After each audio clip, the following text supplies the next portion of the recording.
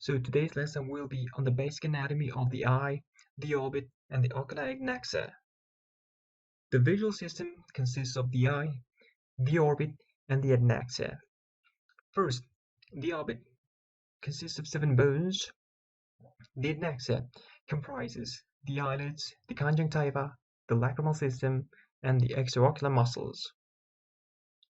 The orbit is formed from 7 bones.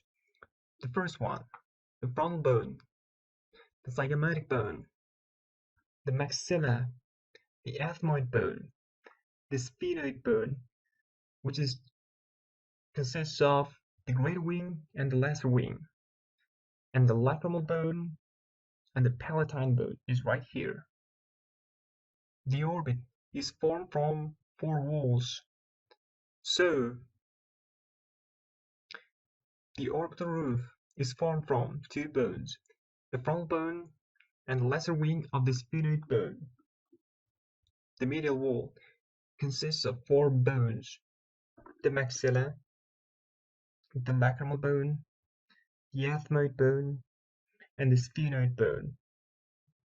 The orbital roof consists of 3 bones, the maxilla, the zygomatic bone, and the palatine bone. And the last wall is a lateral orbital wall, consists of 2 bones, the zygomatic bone and the greater wing of the sphenoid bone. And in some textbooks might also include the frontal bone and the maxilla. So the orbit has a pyramidal shape and has its apex and its base. Apex looks into the orbit and the base looks up and opens up into the base. The orbit's contents are the extraocular muscles, the nerves, the blood vessels, and also the orbital fat. The pathways of the orbit, in other words, the orbital foramina, ducts, the canals, and the fissures. First, the optic canal transmits the optic nerve and ophthalmic artery, and the superior orbital fissure transmits the trochlear nerve, the oculomotor nerve, the cellular nerve, and the distance nerves. It also carries superior ophthalmic artery and vein. The inferior orbital fissure transmits the maxillary nerve, the fifth nerve, and the inferior ophthalmic vein, and the sympathetic nerves. Except them, there are other minor openings into the orbital cavity, which contains the nasolacrimal canal. The eyelids. If you look at the eyelids, in some part, for example right here, if you open the eye from outside into the inward, it consists of several layers. The first layer is skin and subcutaneous connective tissue, right here. And after that, the muscles of protraction, or the orbicularis oculi muscle, the protractor, or the muscles that keep the eye closed. And after that, these muscles and the orbital septum is right here. And after that, the orbital fat. And you get the muscles of retraction. These are the lateral-palpebral superior, right here. The tarsus, if the eye, of course, is open, and after that, the conjunctiva. This is another picture of the eyelids. The muscles of the eyelids. It consists of 2 main muscular structures, the orbicularis oculi, the round ones, and the levator, which is located right behind the eyelids and open the eyelids. The orbicularis oculi is innervated by the 7th cranial nerve, and the levator palpebra is innervated by the 3rd cranial nerve. Functions of the eyelids. It must always maintain the tear film. The second, maintain the integrity of the corneal surface. Maintain the proper position of the globe within the orbital content. Regulate the amount of light allowed to enter the eye. Provide protection from airborne particles and coverage of the eye during sleep.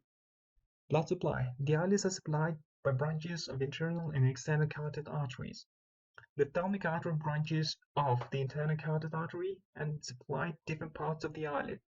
The superior and inferior marginal vessels that arise from the ophthalmic artery together form the marginal arcade.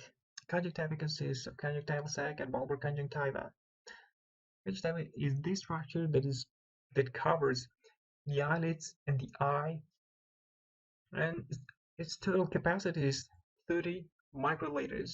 But always the tear fluid or the tear film is about 7 microliters, and that's the normal parts of conjunctiva. There are bulbar and palpebral conjunctivas. Bulbar is divided into scleral and limbal. Palpebral is divided into marginal, tarsal, and orbital. And conjunctival fornices. Conjunctival fornices, there are 4 of them. The inferior, the upper, is between the line between bulbar and palpebral conjunctiva is up there. The lateral and the medial. The lacrimal band is responsible for tear production, is divided into 2 parts by epineuroses. They divide the orbital lobe and the palpebral lobe. Here, as you can see here, the palpebral and the orbital. So it secretes tears that are drained through the series of ducts, which we'll cover in the next slide. The lacrimal excretor system consists of the punctum, or the holes which are in the eyelids, the canaliculi upper or superior or inferior, the common canaliculus, the lacrimal sac, and the nasolacrimal duct, which goes into the nose. The extraocular muscles, there are 6 of them, which are involved in the movement of the eye, and they can be divided into 2 groups. The 4 are rectus muscles, and the 2 are oblique muscles. As you can see here, these ones are the rectus ones. For example, this lateral one, the medial, the superior, the inferior, and the oblique. They are innervated by different nervous structures. For example, the trochlea is innervated by the 4th cranial nerve. And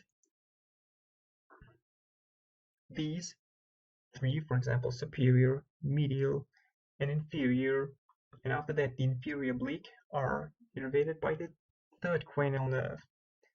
And this, the lateral rectus, is innervated by the 6th cranial nerve. All of these muscles, except the inferior oblique one, originate from the annulus of Zinn and attach to the eye. Next, the eyeball. The layers of the eye, or the parts of the eye. It consists of 3 layers: an outer protective layer, another name the fibrous layer, the middle vascular layer, or the uvea, as you can see here, and the inner layer is the inner neuronal layer, or the retina. The outer layer, as you can see here, is the cornea, the sclera, and after that the middle vascular layer, the choroidea, the cellular body, and the iris. And the inner neuronal layer is retina, which covers the whole eye from the inside. So one part of the first layer, the outer fibrous layer, is the cornea.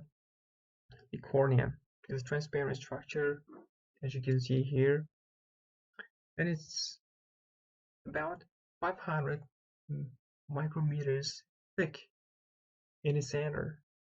And to the limbus, it might be up to 800 micrometers or up to 1 millimeter, and is transparent and consists of 5 layers. Its nutrition comes from the diffusion of the aqueous humor, and the oxygen comes from the air through precorneal tear film. Layers of the cornea. From the outermost to the innermost layer.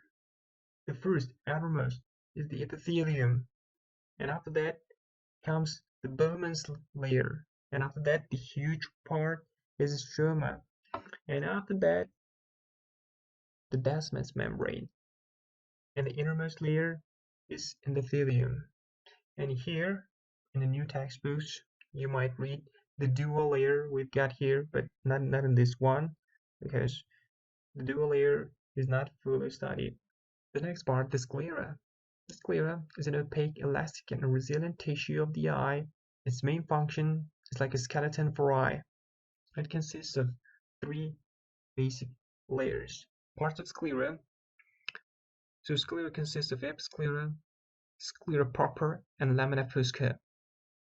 So here we've got the episclera and the sclera, and here we've got the lamina fusca. The compartments of the eye. The eye has three compartments. The anterior chamber, right here, between the cornea and the iris.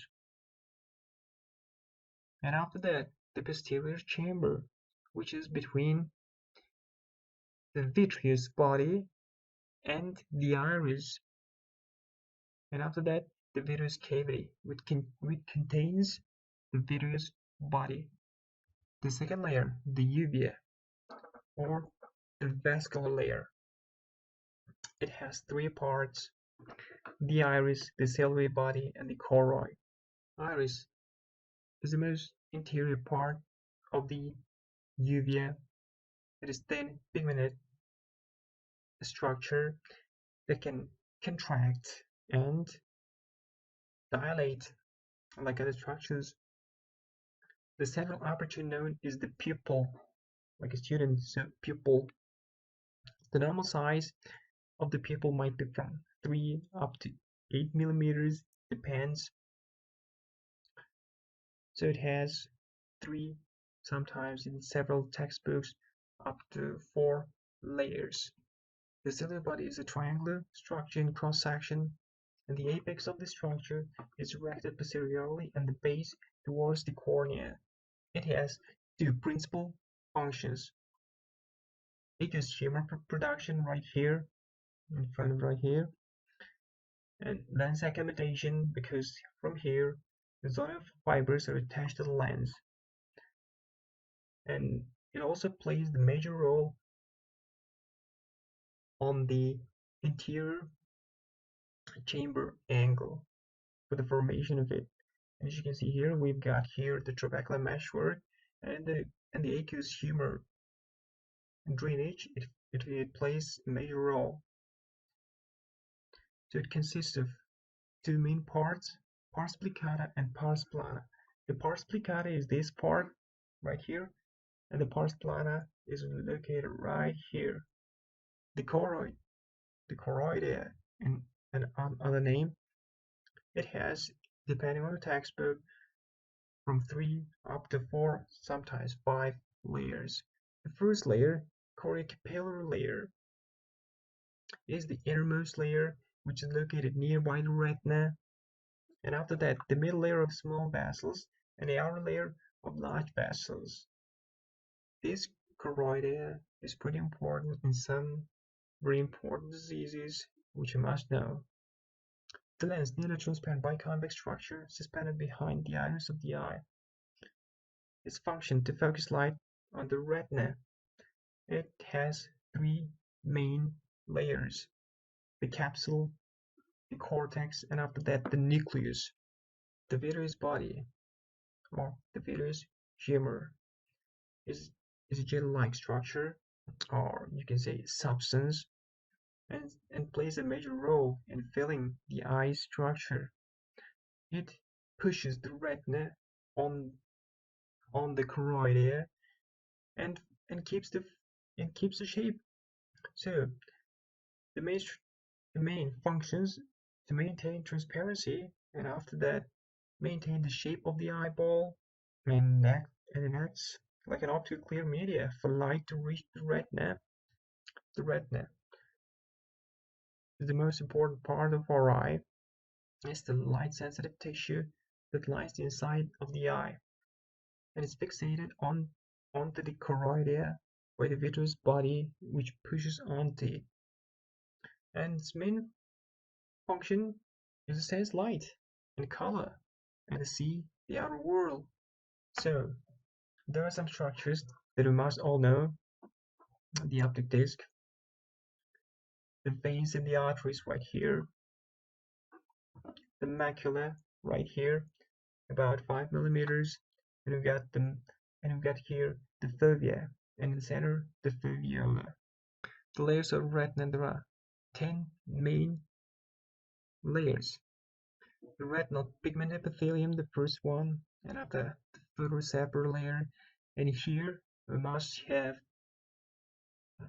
external limiting membrane, and here outer nuclear layer, here outer plexiform layer. After that inner nuclear, after that inner plexiform layer, the ganglion cell layer, nerve fibers, which come from the ganglion layer, and inner limiting membrane. And after that goes the vitreous body. So the macula is a circular area of diameter 5.5 millimeters with the center located 70 degrees temporally. So it consists of the macula, the outer ring, and the fovea in the center. And in the center, we've got the foveola.